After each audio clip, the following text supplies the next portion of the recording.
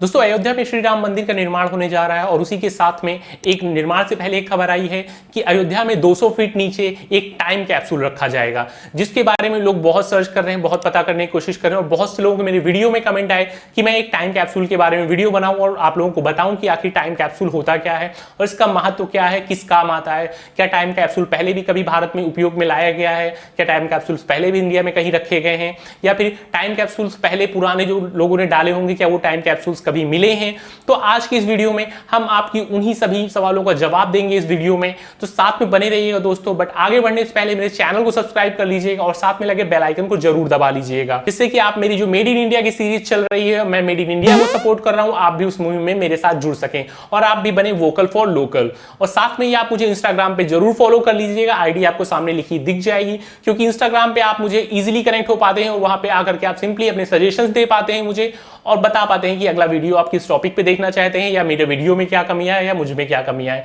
तो सिंपली आप मुझे इंस्टाग्राम पे जरूर फॉलो कर लीजिएगा। तो चलिए दोस्तों आगे बढ़ते हैं और बात करते हैं टाइम कैप्सूल के बारे में। सबसे पहले बात करते हैं कि टाइम कैप्सूल आखिर होता क्या है। टाइम कैप्सूल जो होता है वो एक कंटेनर की तरह होता है जो कि तांबे का बनाया जाता है। तांबे के बनाने के बाद इसमें ताम्रपत्र पे ही काफी कुछ लिखा जाता है, जिसमें मंदिर की हिस्ट्री, आखिर हिस्ट्री क्या रही, मंदिर की पहले क्या हो चुका है, मंदिर में कब इसकी नींव रखी जा रही, किसने इसकी नींव रखी, क्या डेट थी, इसका पुराना इतिहास पहले का क्या है, ये सब लिखा जाता है। और लिखने के बाद इसको एक एयर टाइट कंटेनर में रख के जमीन के नीचे दबा दिया जाता है ताकि भविष्य में कोई दूसरा नया विवाद ना खड़ा हो। क्योंकि जैसे आप जानते हैं कि अभी 400-500 सालों से जो विवाद चल रहा था राम जन्मभूमि, जिसकी वजह से अभी तक बहुत बड़ा विवाद खड़ा हुआ था भारत में, तो वो विवाद भारतीय कोर्ट ने खत्म कर दिया है। तो जब विवाद खत्म हो गया है तो अब दोबारा इस तरह का कोई नया विवाद आने वाले भविष्य में जो हमारी फ्यूचर जनरेशन होंगी उनके सामने ना हो, उसकी वजह से जो अभी तक की सारी जानकारियां हैं वो सब उस टाइम कैप्सूल यानी कि उस ताम्रपत्र पर लिख करके जमीन से 200 फीट गहराई पर गाड़ दिया जाएगा, जिससे भविष्य में जब कभी खुदाई हो या कुछ भी हो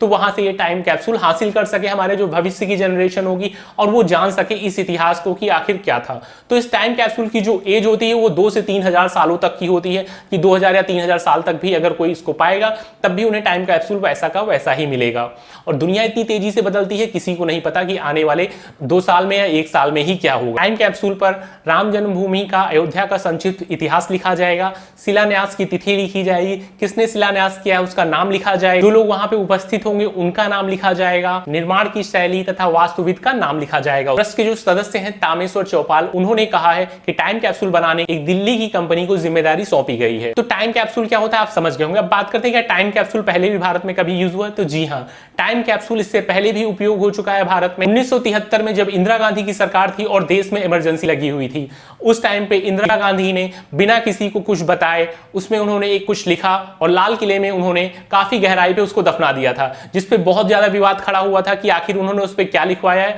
देश में किसी को व्यक्ति को कुछ नहीं पता था कि उस पे क्या लिखवाया गया, तो इसकी वजह से एक बहुत बड़ा विवाद खड़ा हुआ था। उसके बाद जब मोरारजी देसाई की सरकार आई तो उन्होंने उस टाइम कैप्सूल को खुदवा के निकलवा लिया, लेकिन उसके बाद भी पब्लिक में कभी इन बातों को उजागर नहीं किया गया कि आखिर उस टाइम कैप्सूल पर लिखा हुआ क्या था, जो कि आज भी एक बहुत बड़े विवाद का विषय है। इस बात को लेकर के आज भी टाइम पे बहुत से सवाल उठते हैं कि आखिर क्यों छिपाया जा रहा है लोगों से कि क्या लिखा हुआ था उस टाइम कैप्सूल पे। ऑनेस्टली मेरा भी ओपिनियन यही है कि जो इतिहास था जब उन्होंने डाला तो बिल्कुल पब्लिक को पता होना चाहिए, क्योंकि वो सिर्फ उनका पर्सनल नहीं था, बात भारत की थी, हमारे देश की थी। तो भारतीय जनता को भी ये बात पता होनी चाहिए कि आखिर भारत के बारे में, भारत का क्या इतिहास लिख करके उन्होंने लाल किले में डाला था उसको टाइम कैप्सूल के रूप में। इसके बाद सन 2011 में हमारे प्रधानमंत्री नरेंद्र मोदी, जो कि 2011 में गुजरात के मुख्यमंत्री थे, उन्होंने भी महात्मा मंदिर में एक कैप्सूल बनवा के डाला था और इस पे विपक्ष ने काफी बवाल किया। तो 5 अगस्त को अगर हमारे प्रधानमंत्री जी ये काम दोबारा करते हैं टाइम कैप्सूल डालने का, तो वो पहली बार ये काम नहीं कर चुके होंगे। इससे पहले भी एक प्रधानमंत्री इंदिरा गांधी ये काम कर चुकी हैं टाइम कैप्सूल रखने का,